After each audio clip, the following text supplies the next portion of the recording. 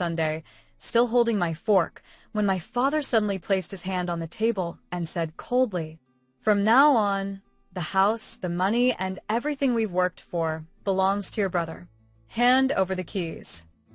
My mother nodded silently, her eyes avoiding mine. My chest tightened. The very house I had sacrificed years for, the savings I had carefully built, were being handed over as if I never existed. But little did they know, I wasn't going to let them win that easily. Growing up, I was always the responsible one.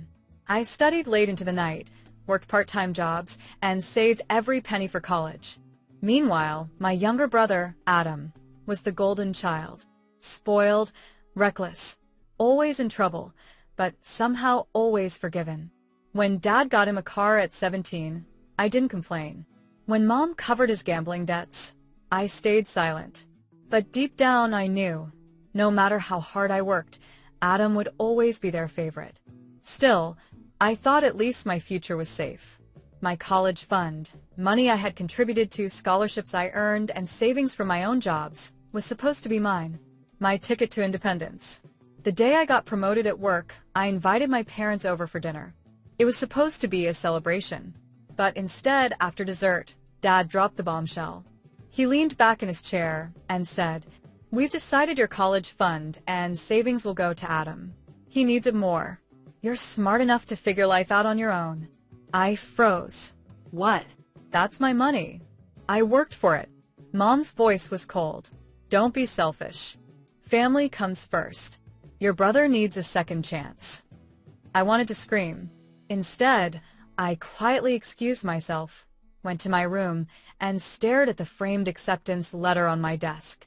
Years of sacrifice, dismissed in a single evening. But that night, I made a decision. If they wanted a game, I'd play smarter. I started by reviewing every document, every bank statement, every mortgage detail. And that's when I discovered something shocking. The house wasn't fully paid off. My parents had refinanced years ago, and I was actually listed as a co-signer on the latest mortgage because they'd used my credit score to qualify. Without me, the house wasn't even legally secure. My hands trembled with both anger and excitement. They thought they'd taken everything, but they had no idea how much power I actually held. For weeks, I pretended to cooperate. I smiled at family dinners, congratulated Adam on his fresh start, and even handed over a copy of my house key. Behind the scenes, though, I was meeting with a lawyer. I explained everything: the stolen funds, the favoritism, the mortgage papers with my name on them. The lawyer's words were like music to my ears. "Legally, you have every right to challenge this. If they default, you can repossess. And if they misused your funds, you can sue for damages." I walked out of that office with a plan so sharp it made my chest feel light for the first time in months. Adam threw a huge party at the house one weekend, bragging to everyone that it was now his place. I quietly filmed everything: drugs, property damage, even Adam boasting that my parents made my sibling give it all up for me. A few days later, I stopped paying the share mortgage. Within a month, the bank called, not me but my parents. They panicked. Late fees piled up. When they confronted me, I smiled calmly. "You wanted Adam to have everything? Fine. Let him pay for it. I'm done."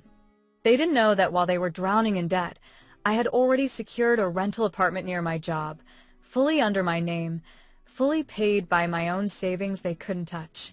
The breaking point came when the bank scheduled foreclosure.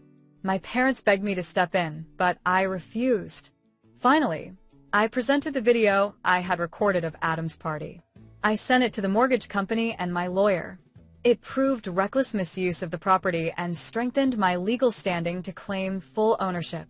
Within weeks, the house was legally transferred back to me.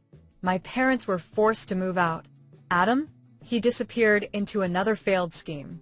The day I walked back into the house, my house was surreal. The walls that once echoed with betrayal now felt like victory. I stood in the empty living room, took a deep breath, and whispered, "You tried to erase me, but I outsmarted you all." Now, every time I sit in this home, I remember, family may betray you, but intelligence and perseverance can rewrite the ending. And that's exactly what I did.